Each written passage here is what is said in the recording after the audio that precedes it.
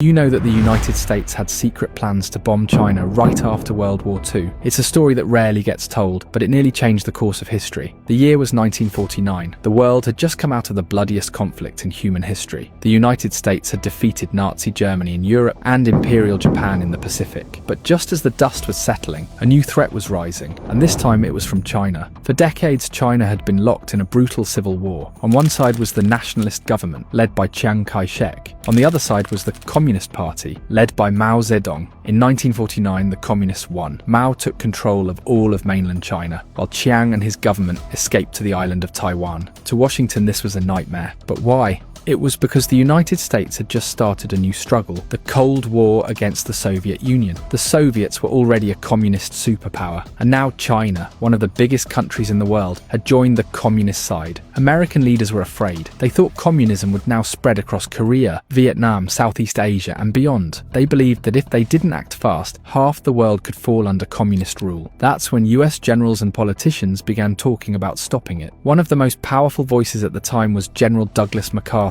a hero from World War II. He believed that the US should not sit and watch China fall into communist hands. Secret plans were drawn up. According to documents that were declassified years later, it was revealed that America was seriously thinking about invading China. The idea was to send American troops to the Chinese coast to help the defeated nationalists and try to take back the country from Mao's new government. But things got more serious, and some American officials began discussing the possible use of nuclear weapons. This was not just talk. The US had already used atomic bombs in Hiroshima and Nagasaki just 4 years earlier, and they knew the kind of destruction those bombs could cause. Some believed that bombing China could stop communism from spreading any further. So what really stopped them? There were two big reasons. First, the American people were tired. The country had just finished World War II, which had cost millions of lives and huge amounts of money. Most Americans didn't want to go into another war so soon, especially not one that could last years. Secondly, invading China was incredibly risky. China was a massive country with difficult geography, a large population, and strong national pride. A war there could drag on for years and possibly bring the Soviet Union into the fight, something that could start World War III. Because of all these risks, the US decided not to go through with the plan. The invasion was cancelled, and the bombs were never launched. But the fact that these plans existed, and that the US seriously considered bombing China, shows just how high tensions were after World War II. It's a reminder of how close the world came to another global war. It was a moment where everything could have changed, but luckily it didn't.